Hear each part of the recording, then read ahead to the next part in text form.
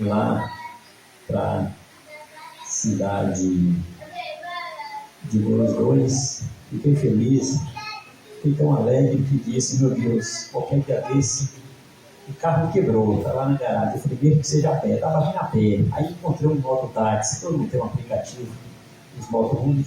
Aí encontrei um, filho de Deus. Vamos lá, chegando lá, a bênção a gente passa para você. Aí me trouxe aqui.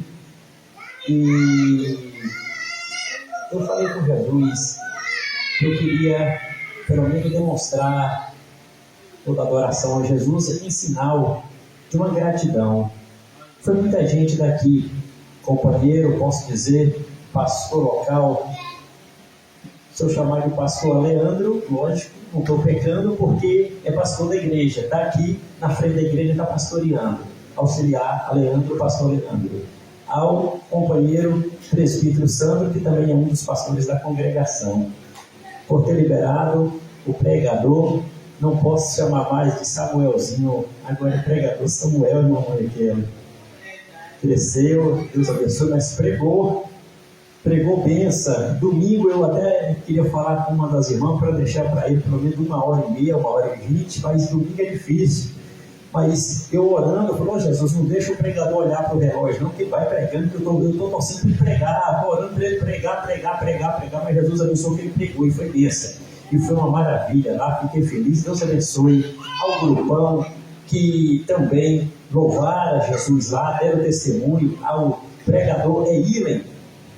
Acertei o seu nome, Deus abençoe, fez uma oração abençoada. No final, teve lá também um pregador, Eduardo, teve lá, foi bênção. Todo mundo aqui aleluia o nosso coração e a congregação ficou naquela alegria. A irmã, eu esqueci o nome dela, Maílza também, que foi uma das que estava na frente aí do grupão e que foi e tal, mas tudo com a permissão do anjo local, o companheiro Leandro e do companheiro presbítero Sandro. Meus queridos, vamos para a leitura da palavra que Deus colocou no meu coração. Eu sou grato por esta oportunidade. Abra as escrituras em João Evangelho,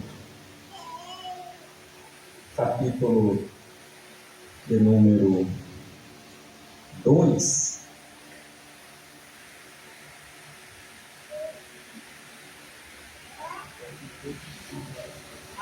João Evangelho, capítulo 2,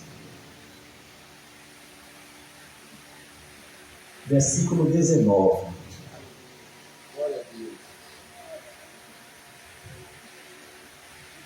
A seguir, Jesus respondeu e disse-lhes, eu esqueci de mencionar o presbítero Edson, Deus abençoe, eu não esqueço do senhor não, tá? Eu porque aqui na hora do agradecimento, mas eu não esqueci do senhor não, Deus abençoe, viu? Glórias a Deus. Disse-lhe Jesus, derribai este templo, e em 3 dias o levantarei. E disseram, pois, os judeus, em 46 anos foi edificado este templo, e tu levantarás em 3 dias? Mas Jesus falava do templo do seu corpo, e você diz, amém. Amém.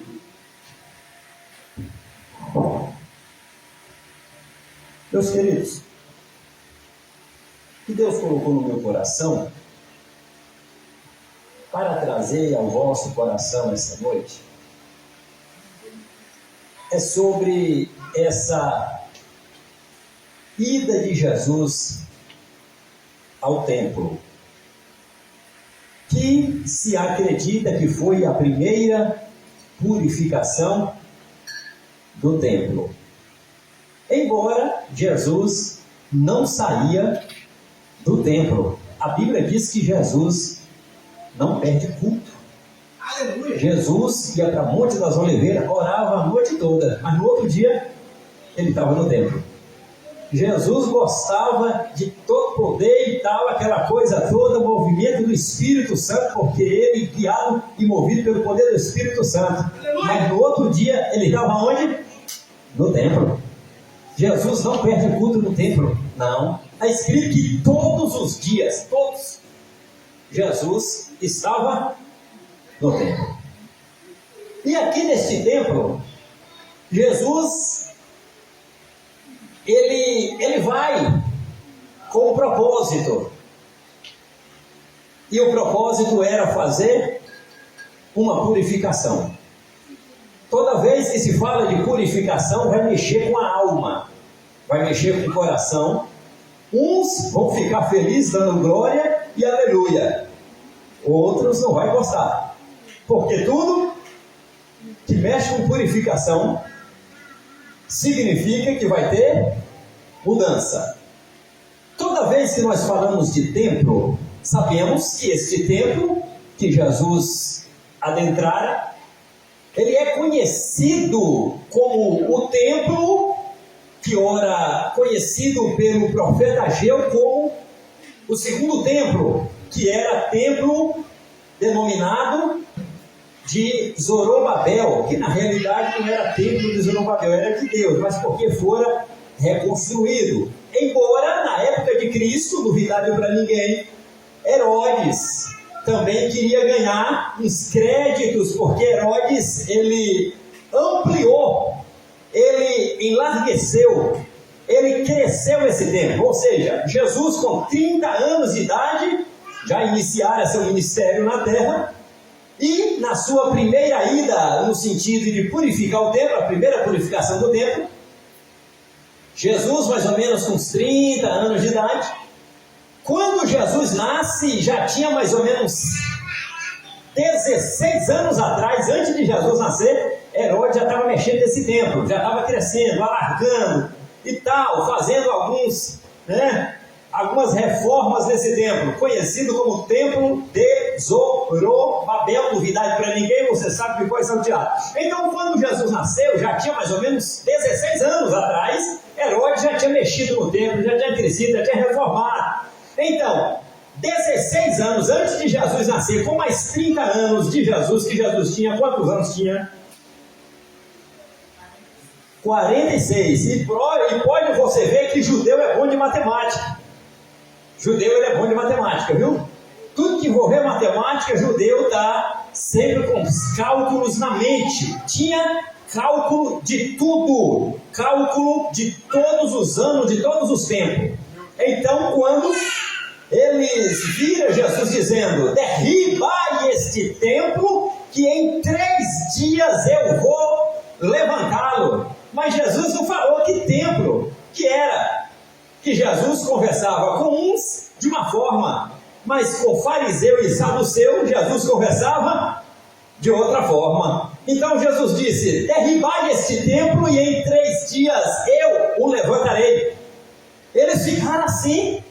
Lógico, à primeira vista, Jesus estava dizendo que era para derribar o templo de adoração, e não era aquele templo. Mas para quem está desligado, não entende o que Jesus está falando. Mas para quem está ligado, entende o que Jesus fala. Para quem é fariseu e para quem é saduceu, não compreende o que Jesus está falando. Mas para quem é adorador, entende o que Jesus está falando. Então, logicamente, fariseu, saduceu, escriba, eles entendiam tudo aos avessos. Pode ver que fariseu, saduceu e escriba, ao ver Jesus pregando e tal, curando, ressuscitando, e alguém diz: é filho de Deus, eles diziam: nada, esse homem trouxe alguém da morte depois de 4 dias. Pois é, qualquer um faz isso. Faz não, então faz lá, mas não faz mesmo. Tirar um camarada de dentro da tumba depois de 4 dias já enterrado, ou seja, colocado no sepulcro, já não tem mais nada de composição, já está tudo em decomposição. Jesus vem da ordem, o defunto sai da tumba, tudo volta ao normal, o coração volta a bater, braço, perna, tudo volta a movimentar, já não tem mais o sangue normal no corpo, já está tudo seco, o sangue volta a brotar no corpo, tudo funciona normal, apenas com uma ordem da vida. Venha para fora, Lázaro, Então Jesus Cristo vem, faz milagres, faz tudo. Aí eles ficavam assim, mas não aceitavam. Eles viam que era Jesus, eles viam milagre, eles viam poder, eles viam prodígio, só não vão aceitar. Eles não querem aceitar. Eles querem dizer que não é, que é qualquer coisa, mas não é, e não quer aceitar. Não quer aceitar porque não quer, porque o milagre está acontecendo. Aí chegaram certa feita que esses mestres perguntaram: de onde é ele? Ele é o profeta da Galileia. Só isso, que mais? Não, ele é nazareno. Só sabia isso. E Jesus mandou aprender dele, ou seja, examinai. Jesus disse: me examina sobre mim nas Escrituras e veja que as Escrituras falam sobre mim. Mas eles diziam que compreendiam as Escrituras, mas não compreendiam as Escrituras.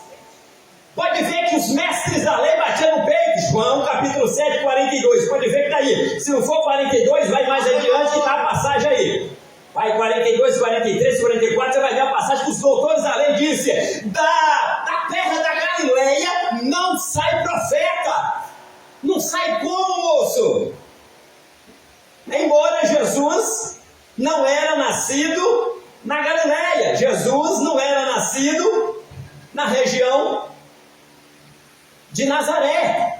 Jesus não nasceu em Nazaré, não novidade para ninguém. Jesus não nasceu na Galileia. Ele cresceu lá. Todo mundo sabe que foi sorteado que Jesus nasceu em Belém, da Judéia, Belém de Judá, Miqueias 5:2. E tu, Belém, fica em paz, porque no meio de ti nascerá aquele cuja origem é desde os tempos da antiguidade. Ok, mas eles só conheciam Jesus, o Nazareno, não sabia mais nada. Eles só conheciam Jesus da Galileia, o Galileu, não sabia mais nada.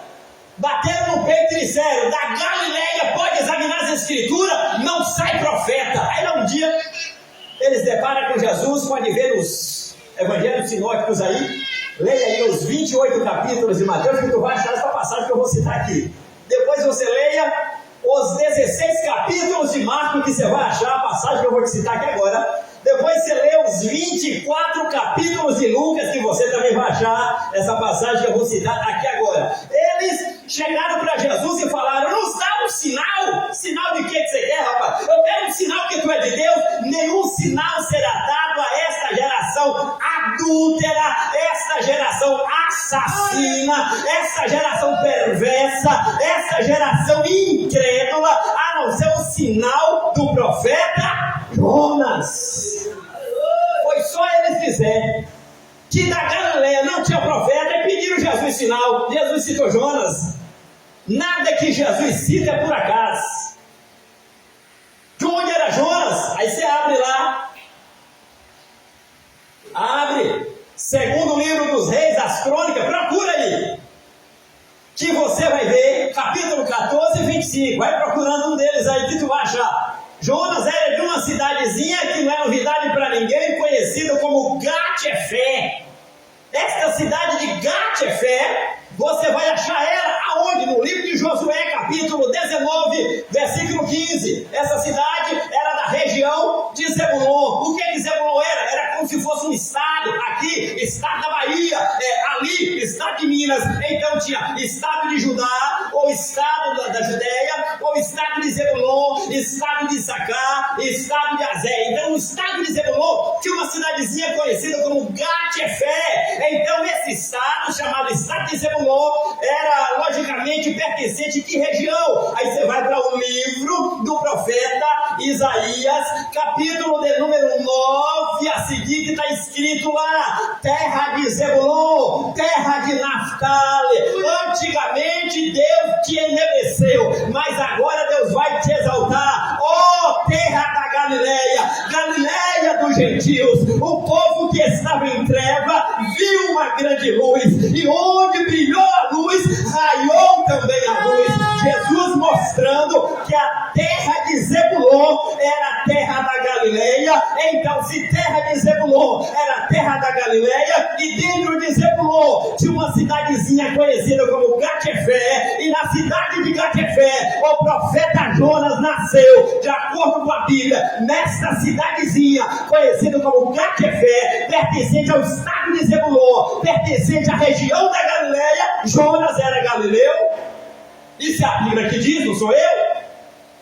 Mas os saduceus não vai aceitar, mas eles não têm que, Deus não tem que pedir permissão para eles aceitar, não. O que está na Bíblia, está na Bíblia. Se saduceu acredita, pouco importa. Se fariseu diz que dá certo, pouco importa. O importante, se tiver na Bíblia, se os fariseus crê, é Bíblia. Se não crê, é Bíblia. Se saduceu crê na Bíblia, a Bíblia é Bíblia. E se saduceu não crê na Bíblia, Bíblia é Bíblia. Se escriba crê na Bíblia, Bíblia é Bíblia. E se não crê, a Bíblia não deixa de ser Bíblia por causa de escriba e por causa de fariseu e nem por causa de saduceu. A Bíblia é muito maior do que os escriba, a Bíblia é muito maior do que saduceu e a Bíblia é bem maior do que fariseu.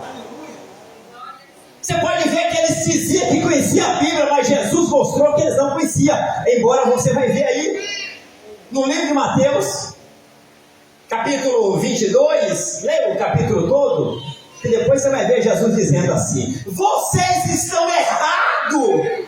Vocês estão errados, porque vocês não conhecem as Escrituras e nem o poder de Deus. Isso Jesus está dizendo para os mestres e doutores de Jerusalém. Vocês estão errados, porque vocês não conhecem Bíblia, vocês não conhecem as Escrituras.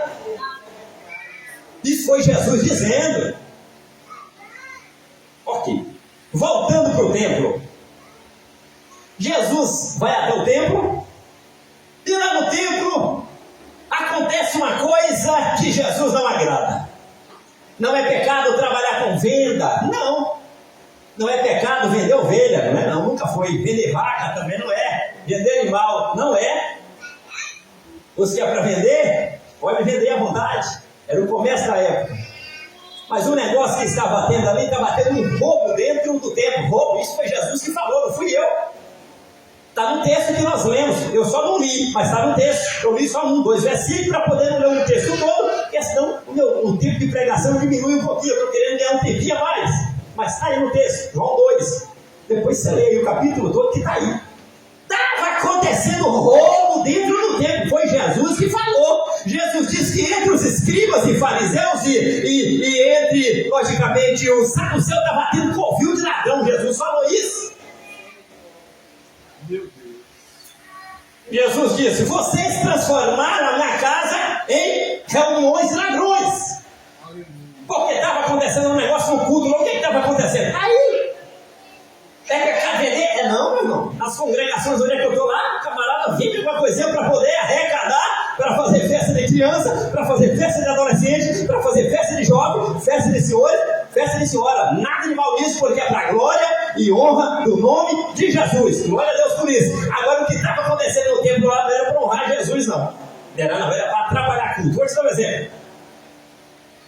Levita fulano de tal e sacerdote fulano de tal vai fazer as escrituras, ou seja, a leitura das escrituras. Aí o camarada começava a ler as escrituras e alguém está vendendo lá pertinho. Olha o bode, olha a ovelha. O camarada, como é que prega com os gritos desses? Aí tira o foco da mensagem. Fulano de tal cantando, o levita cantando, e o camarada estava lá. Isso é a Bíblia que está dizendo, estava tendo um mercado. É a mesma coisa aquela feira de sábado e aquela feira de quarta e feira de domingo, Jacarandá e feira de domingo em outro lugar aí, aqui no São Lourenço. É a mesma coisa de feira. Estava acontecendo essa mesma feira ali na porta da igreja. Ali, levita fulano canta. Aí camarada começava a puxar o hino para cantar. Alguém gritava: olha a vaca, olha o boi, olha a ovelha, olha o jegue, olha o jumento. Como é que dá glória? Como é que canta? Como é que pega com o camarada vendendo boi, vendendo pombo ali? O intuito ali não era vender para tirar dízimos e oferta para poder crescer a igreja, não. Se fosse isso, amém. Era para o bem da obra de Deus. Mas não era isso não, o negócio ali era para atrapalhar quem estava cantando e quem estava pregando. Aí Jesus chegou. Jesus chegou e viu um gritando mais do que o outro, mas não era para dar glória. Dar glória pode. Pode dar glória o tanto que quiser e mais alto do que você quiser, não é pecado. Quanto mais glória, mais bênção. Quanto mais glória, mais Deus desce. Quanto mais a glória, mais a glória desce. Quanto mais da glória, mais os céus pairam na igreja. Mas lá não era grito de glória, não. Os gritos lá era para atrapalhar quem ia cantar e quem ia pregar. Aí Jesus diz: vocês transformaram a casa do meu pai em covil de ladrões. Ou seja, vocês estão roubando o culto. O culto é para Deus.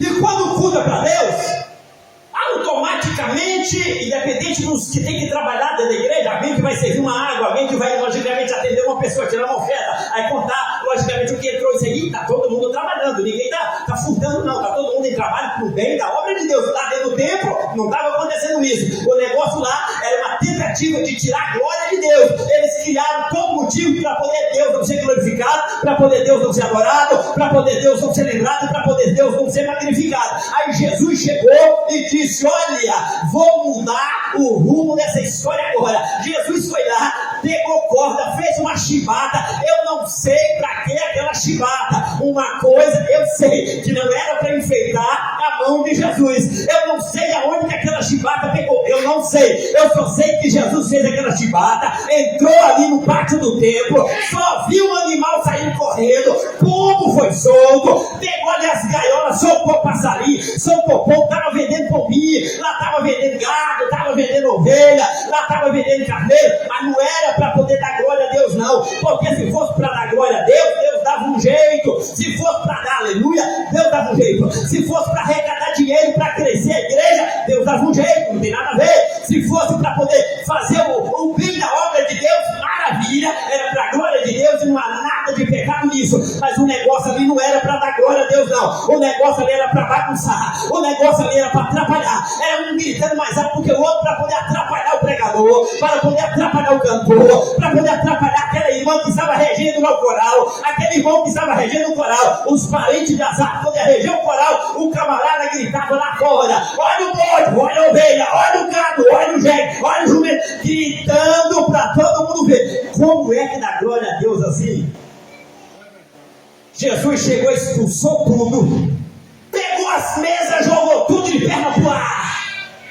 As moedas dos cambistas, ele espalhou as moedas todas e disse: vocês estão transformando a casa que era para ser chamada casa de oração em covil de ladrões. A partir de hoje, a glória vai ter que voltar para dentro do templo novamente. Aí os discípulos lembraram daquilo que está nas escrituras: o zelo da tua casa vai me consumir. Era Jesus cumprindo o que estava escrito nos profetas no Antigo Testamento, que viria alguém para purificar o templo, de sorte que o culto voltaria a ser genuíno e os verdadeiros adoradores adorariam verdadeiramente ao Pai em espírito e em verdade. Maravilha! Falando sobre o templo, os amados sabem que esse templo, que na época de Jesus foi reformado pelo Herodes o Grande, esse mesmo templo, ele lá atrás, muitos anos, 1000 anos antes de Jesus nascer como ser humano, porque Jesus é Deus, já existe, ele já é antes de todas as coisas. Ok. Um pai de 22 filhos registrados na Bíblia, tinha até mais, mas a Bíblia só registra 22 filhos desse pai. Esse pai desejou fazer um templo, novidade para ninguém. Segundo Samuel, capítulo 7, versículo 2. O nome dele está aí, não é novidade para ninguém. Esse pai de família chamou um profeta e disse: profeta, eu moro dentro de um palácio porque eu sou rei. Profeta Natan. Eu moro numa casa bonita, feita do melhor material, madeira de cedro. Mas a arca, a morada de Deus, está habitando dentro de lençóis, dentro de cortina. Não é justo eu morar num lugar melhor do que a arca, que é a presença de Deus. Ele desejou fazer algo estrondoso, um negócio chamado templo. Porque naquela época, antes do templo, só existia o que se chama de tabernáculo. Ele desejou tanto que o profeta disse: Deus é com você, faz logo esse templo. Nem tudo que o profeta fala significa que é profecia do céu. O profeta alegrou. Pode fazer que Deus é contigo. Mas na hora que o profeta vai dormir, Deus disse: eu não mandei você profetizar. Não mandei você profetizar. Agora tu volta lá e tu vai dizer para o rei Davi que eu não mandei você profetizar, que foi você que quis falar por você mesmo. Não, mas não foi profecia do céu, não mandei você profetizar.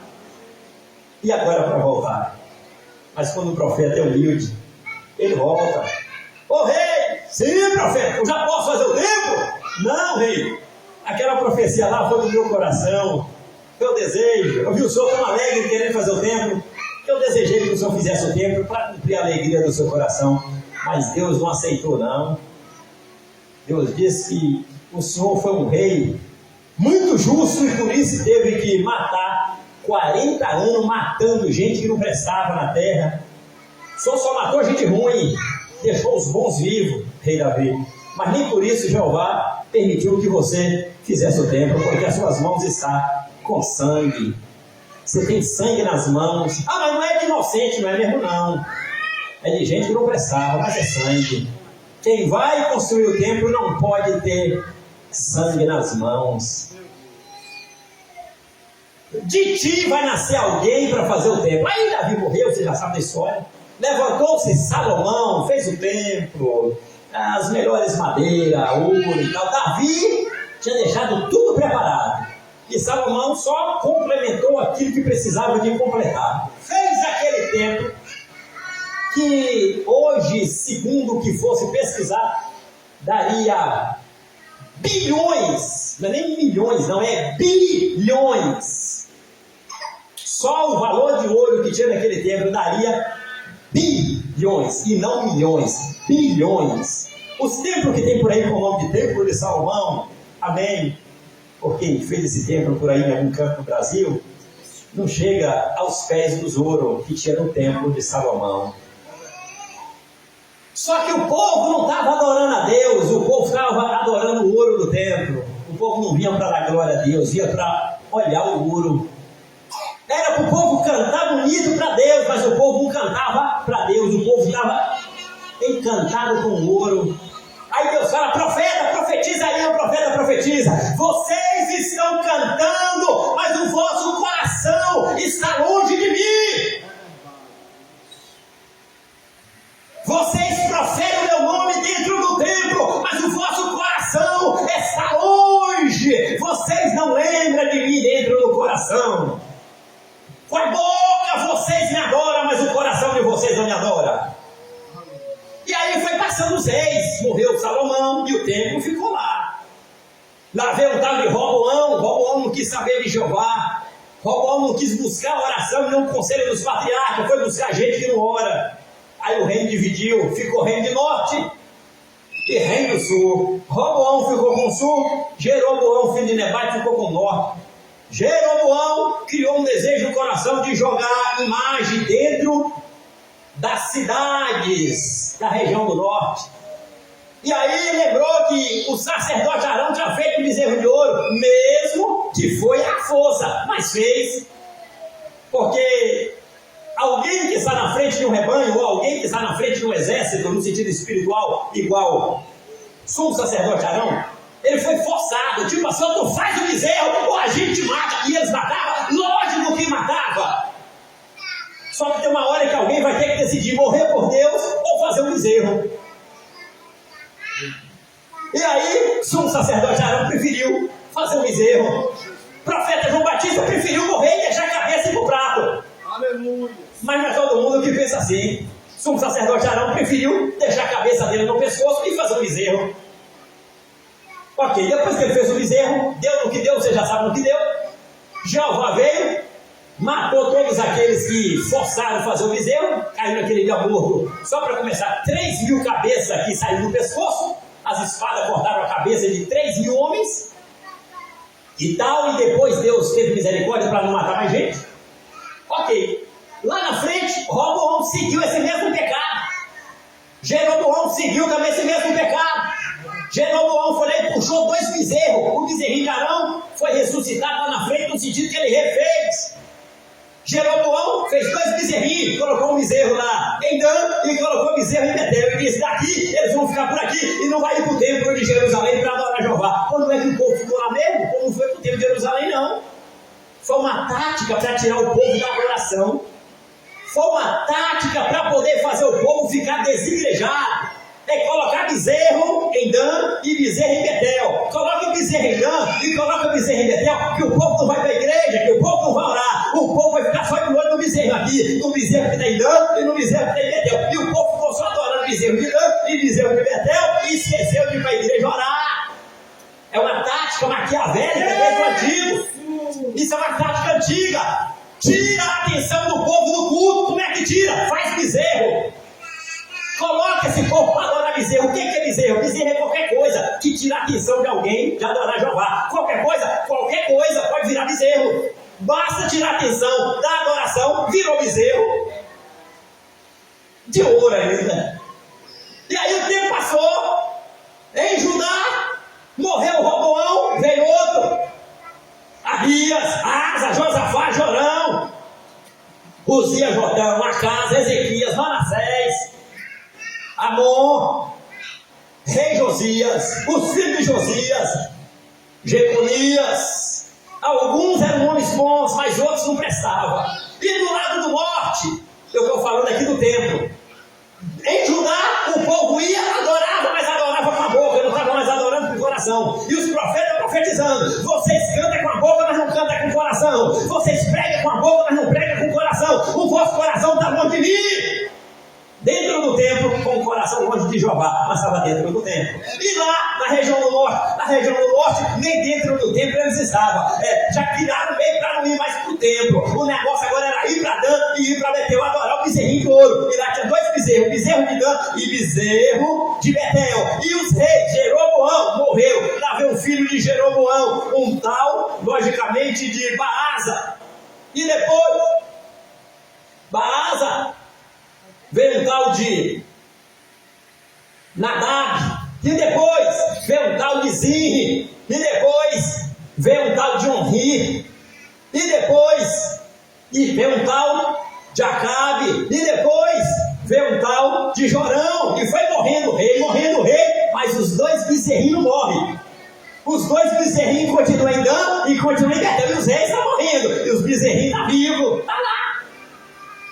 Morreu um tal de Acasias, ficou Jorão. Morreu Jorão, veio um tal de Jeú. Morreu Jeú, daqui a pouco vem seus filhos, Jeoacás. Pode ver que a Bíblia fala que Jeú foi do reino do norte, o único rei do reino do norte que pensou. Jeú foi quem matou os 400 profetas da deusa Azera, dentro de Samaria, próximo de Jezreel, dentro do templo do reino do norte, templo que era dedicado para a deusa Azerá. Tinha 400 falsos profetas da deusa Azerá. Então Jeú matou todos os falsos profetas da raça, até mesmo de Jezabel. Ele mandou jogar Jezabel do prédio para baixo. Ela quebrou o pescoço, quebrou perna, quebrou o braço, quebrou a idolatria todinha do reino do norte. Jeú, um dos maiores reis do reino do norte, o único rei que prestou para Jeová, ele acabou com a idolatria da deusa Azerá. Acabou com os ídolos, acabou com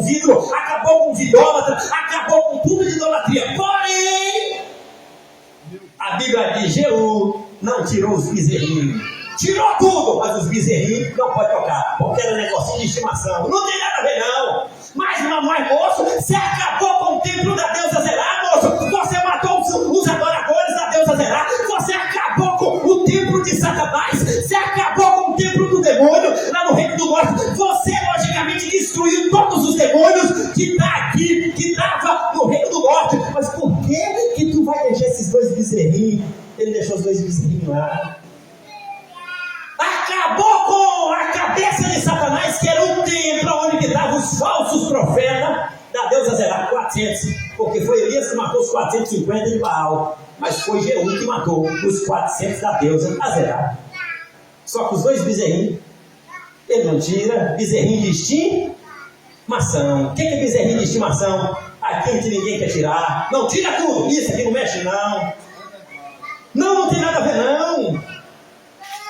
Não, mas Deus já mudou, Deus ele não é mais o mesmo do passado, não.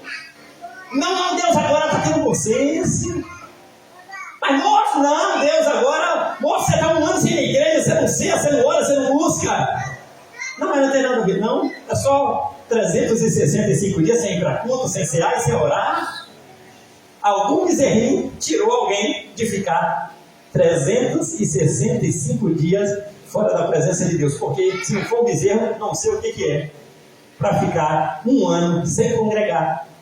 Aqui não tem não, mas eu já fui em igrejas, dirigi, e já ficou gente quase nesse tempo. Um ano. Não estou falando de gente que trabalha, não. O camarada que trabalha pode trabalhar 10 anos sem congregar, porque lá no trabalho dele já é uma igreja. Lá ele é igreja fiel. Eu estou falando desses que trabalham, não. Estou falando daqueles que é questão de trabalho, de doença, não é nada disso. É questão de já falado. Não vou, não quero, não vou, não vai porque eu não quero. É algum bezerrinho que tirou de rir pro corpo. Tirou no passado. Os dois bezerrinhos eram para isso. Era para não deixar ir para o templo. Diz quem foi que disse? Foi a Bíblia que diz. Está escrito assim, olha. E eis que Jeroboão, filho de Nebate, fez os dois bezerrinhos com um propósito só, para que o povo não suba para adorar Jeová dentro do templo de Jerusalém. Era para isso que foi feito os dois bezerrinhos. Que estava andando em Betel para fazer gente desigrejada, para fazer gente não cultuar Jeová. E aí chegou lá na frente, Jeú deixou os dois bezerrinhos vivos, matou todos os falsos profetas, mas os dois bezerrinhos não tira não.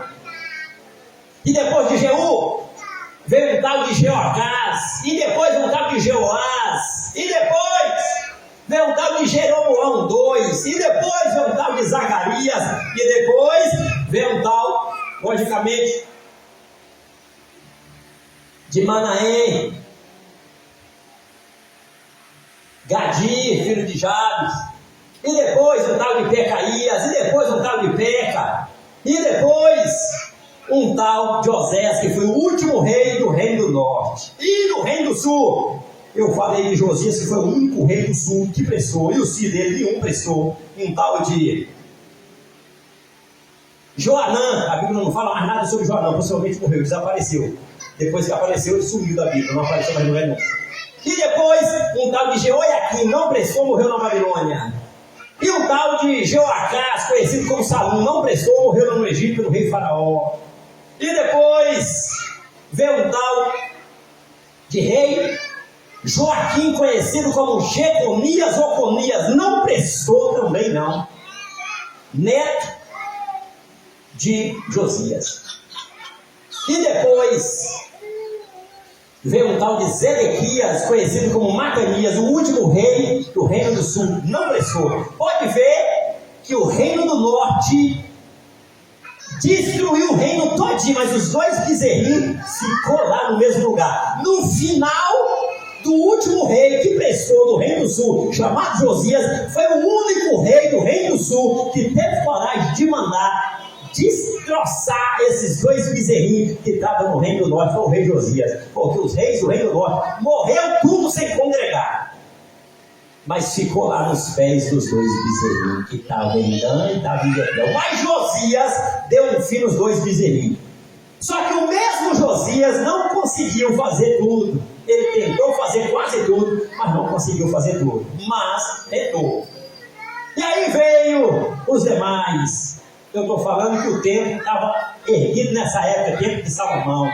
Época de Jeremias ainda, naquelas épocas, dos filhos de Josias. Aí Deus manda Nabucodonosor, você já sabe da história, destruir o templo. Por quê? Porque é para Jeová. O templo é importante, mas mais importante do que o templo é quem está dentro do templo, que é a igreja. Se dentro do templo o povo não estava indo para adorar Jeová, estava indo para ver ouro, estava indo para ver prata, estava indo para ver as pedras do templo de Salomão, não prestava mais o templo. Vai lá, Nabucodonosor, destruiu o templo, acabou o templo. E daí, o templo foi destruído mais ou menos em 586, novidade para ninguém, antes de Cristo. Anos depois, 516. 586 foi quando destruiu o templo de Jerusalém. Anos depois, 516. Você faz a soma que tu vai ver aí. Vai dar mais ou menos aí uns 60 anos depois. 60 Vê aí, se é isso mesmo. 586 para 516. O templo foi. Por quê? Porque deu-se ordem para fazer o templo. Quem deu ordem? Deus. Quem obedeceu essa ordem? O imperador que junto com o reino dos Medos e das Persas, conhecido como Ciro, deu ordem para fazer o templo.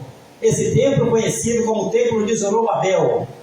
Zorobabel se levantou, junto com Zorobabel, quem foi que levantou também? Levantou um tal de um sacerdote conhecido como Josué, filho de Josadac, e daí levantou-se um profeta conhecido como Zacarias, aquele profeta Zacarias da Bíblia, filho de Ido, também estava junto, e o profeta Ageu, e aí, estava tudo junto ali para fazer o templo. Aí levantou-se 3 endemoniados, ou mais do que eles, a Bíblia cita o nome de 3. Quem é eles? Está na Bíblia ali. Onde é que está? Está no livro de Esdras, aparece lá, na reconstrução do templo de Zorobabel. Levantou-se 3 cidadãos. Um era conhecido como Bislão, o outro como Mitredate, e o outro, que é o terceiro endemoniado, é conhecido na Bíblia como Tabeel. Foi lá o imperador, pediu para amarrar o templo. Aí o Ciro já tinha morrido, o filho de Ciro, tal de Cambize, morreu. Levantou-se um outro lá, impostor conhecido como Esmerte, que assumiu o trono, e a Bíblia chama até ele de um Artaxerxes, que não é o verdadeiro Artaxerxes, é o tal de Esmerte. Esse aí barrou o templo, deu ordem, para de construir o templo. Aí anos depois, Dario matou Esmerte, Dario assentou-se no trono. Que Dario é esse? É o persa, não é aquele Dario mesmo da época do profeta Daniel, não. Eu estou falando de anos e anos depois de Daniel. Estou falando na época de Dario, o persa.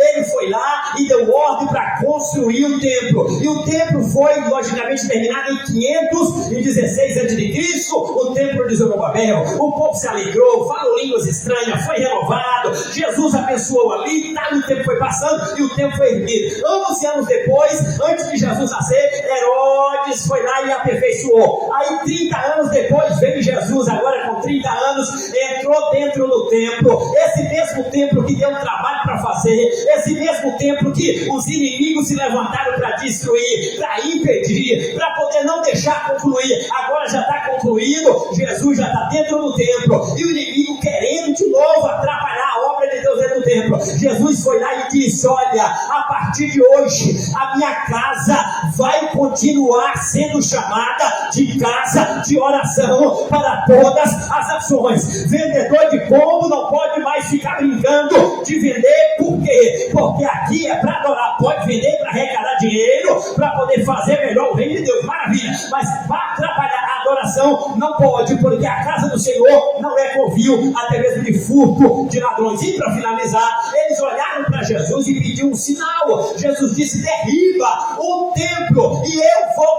edificar em 3 dias. Eles relutaram, mas Jesus falou a verdade. Por quê? Porque 33 anos que Jesus tinha, estava na cruz do Calvário, e eles achavam que era o final de Jesus, mas não era. Era o templo que estava sendo oferecido em sacrifício vivo. Jesus está pregado na cruz e ninguém estava entendendo que Jesus era o próprio templo do seu corpo. Jesus estava falando que o seu corpo seria pendurado na cruz do Calvário, como se fosse um templo, que eles estariam destruindo aquele templo, e Jesus Cristo morreria, mas que em 3 dias, ou seja, ao terceiro dia, ele iria erguer novamente aquele corpo, aquele templo. Aí quando Jesus foi para a cruz do Calvário, alguém gritou: desça da cruz aí. Jesus disse: não, eu não vim para descer da cruz, eu vim para morrer na cruz. Morreu Jesus na cruz do Calvário. Alguém disse: acabou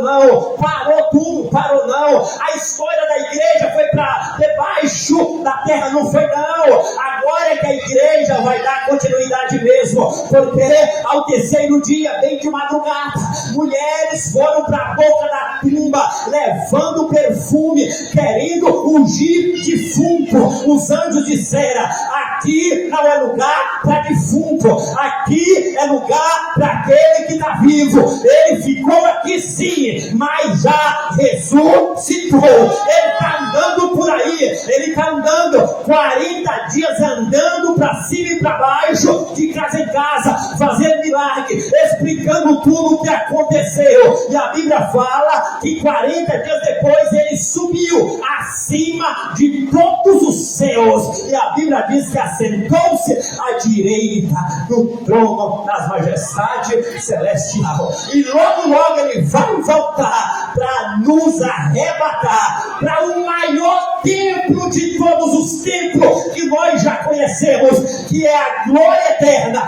Lá não vai precisar da luz da Coelba, lá não vai precisar da água da Embasa. O próprio Deus já criou a fonte da água da vida. O próprio Deus é a sua iluminação, e Cristo é a lâmpada dentro do templo. Quem quer morar dentro desse templo da glória eterna, levante a mão e glorifica Jesus Cristo. Deus abençoe. Pastor Leandro e pastor Sandro.